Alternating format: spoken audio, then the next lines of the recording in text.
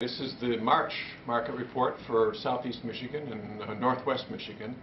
And finally, we hope that buyers and sellers are coming out of their snow cocoons and starting to get into the marketplace. It's been difficult to try to figure out exactly where the market is going because of the weather effect. Showings are off 23% for the first 2 months of the year, but sales are only off about 8 or 9%, and new listings are off about 10 or 15%. So certainly the market is affecting it, but we're not really sure exactly how much of it is market and how much of it just might be a slowdown from the wild peak times we had last year and 2012 as well. But as it looks so far, we expect, if our math is right, we expect business to jump probably starting in April. And it won't take a major thaw, just enough to get people out of their houses a little bit, which we're actually seeing now, even this week.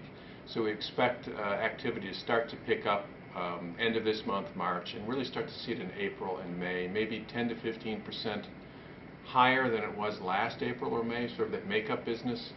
But the reality is the balance of the year, we still don't anticipate that being really any better, and probably even a little bit slower than 2013. But then keep in mind, 2013 was a very strong year.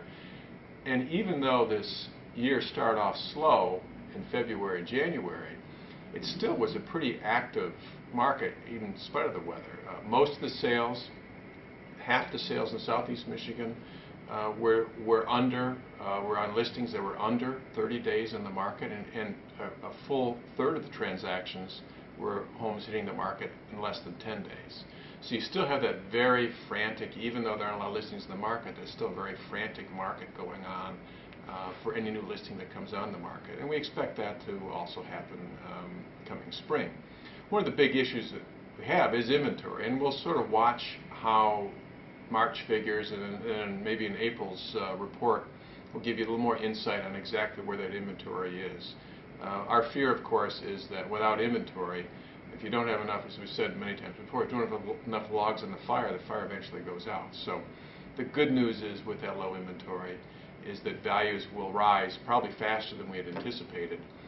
And hopefully, because of higher prices, that will allow more sellers to sell and will release some inventory. So right now, the prospects for exactly how 2014 will come out is a little bit fuzzy, but over time we'll be able to figure that out.